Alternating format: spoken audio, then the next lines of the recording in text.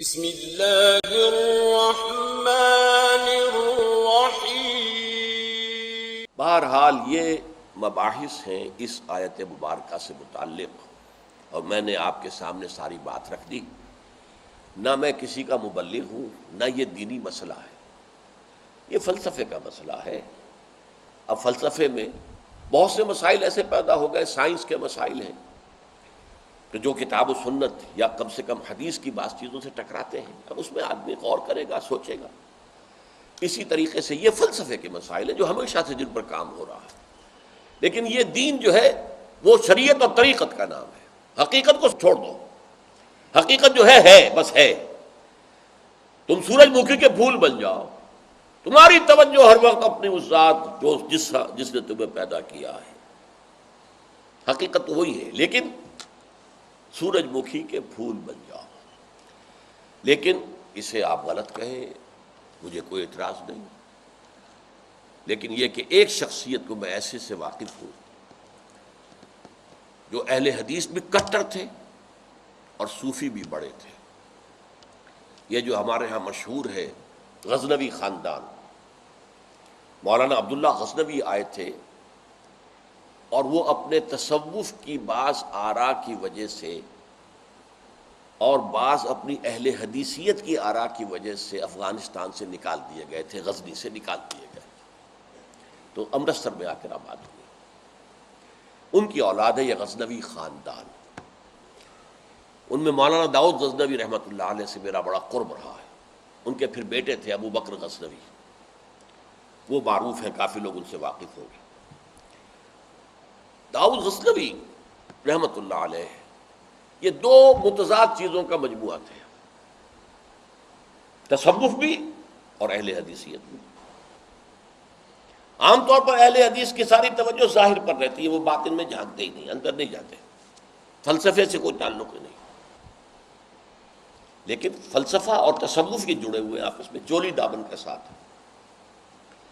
انہوں نے ایک دفعہ منٹگمری میں جو اب سائیوال کہلاتا ہے آ کر تقریر کی۔ اہل حدیث مسجد تھی، میں بھی گیا ہوا تھا سننے کے لیے۔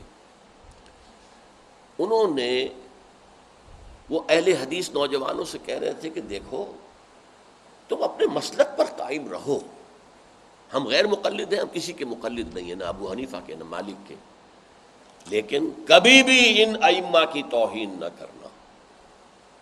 یہ ہمارے عام نوجوان جو کہتے ہیں ابو حنیفہ کو کیا پتا تھا، ابو حنیفہ کے پاس تو علم ہی نہیں تھا، ابو حنیفہ تو جو ہے علم حدیث میں کورے، یہ توہین کے الفاظ کبھی استعمال نہ کرو۔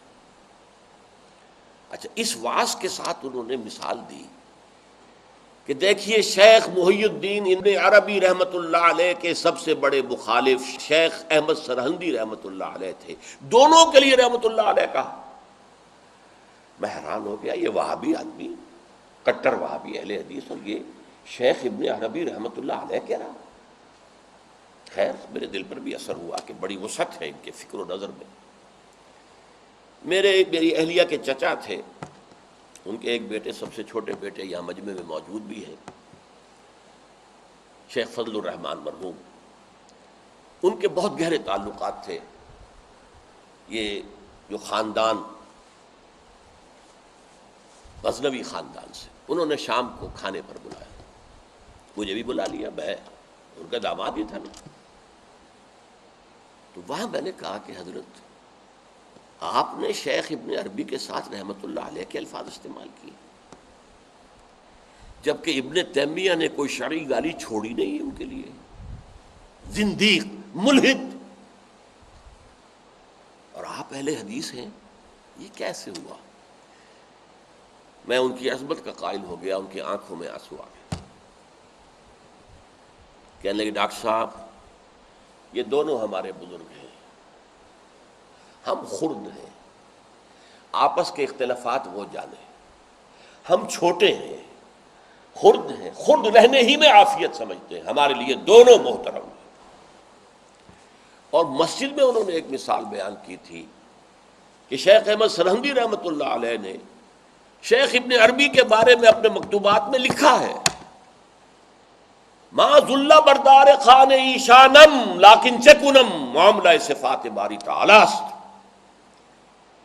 کہ ہم شیخ ابن عربی کے دسترخوان کے جھوٹے ٹکڑے کھانے والوں میں سے ہیں۔ کون کہہ رہا ہے؟ مجدد الفسانی کہہ رہا ہے۔ ما ذل بردار خان ایشانم، ان کے دسترخوان کے سوکھے جوڑے ہوئے جھوٹے ٹکڑے کھانے والوں میں سے ہم ہیں۔ لیکن کیا کریں، معاملہ سے بات باری تعالیٰ، یہ باری تعالیٰ کی صفات کا معاملہ ہے، ہمیں اختلاف کرنا پڑ رہا ہے، اختلاف ہم کر رہے ہیں، لیکن ہم ان کے دسترخوان کے جھوٹے ٹکڑے کھانے والے۔ یہ کہہ رہے ہیں شیخ احمد سرہندی رحمۃ اللہ علیہ، جن کے بارے میں مشہور ہے کہ ابن عربی کا یا تو مخالف اول ابن تیمیہ رحمۃ اللہ علیہ، اور یا پھر مخالف دوم جس نے جوابی فلسفہ پیدا کیا وہ شیخ احمد سرہندی رحمۃ اللہ علیہ۔ تو یہ ہے کہ ان چیزوں کے بارے میں اپنے سینوں کو وسعت دیجیے۔ آپ ابن عربی کی بات کو چھوڑ دیجیے، پھینک دیجیے، لیکن توہین نہ کیجیے،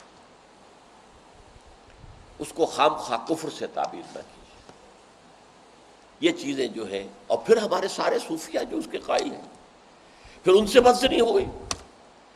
میں صرف اس لیے کہ وہ بدزنی اور دلی نفرت کا معاملہ ختم ہو جائے، میں یہ ساری بحث اس لیے کیا کرتا ہوں، ورنہ میرے عام دروس میں ان مسائل پر گفتگو نہیں ہوتی۔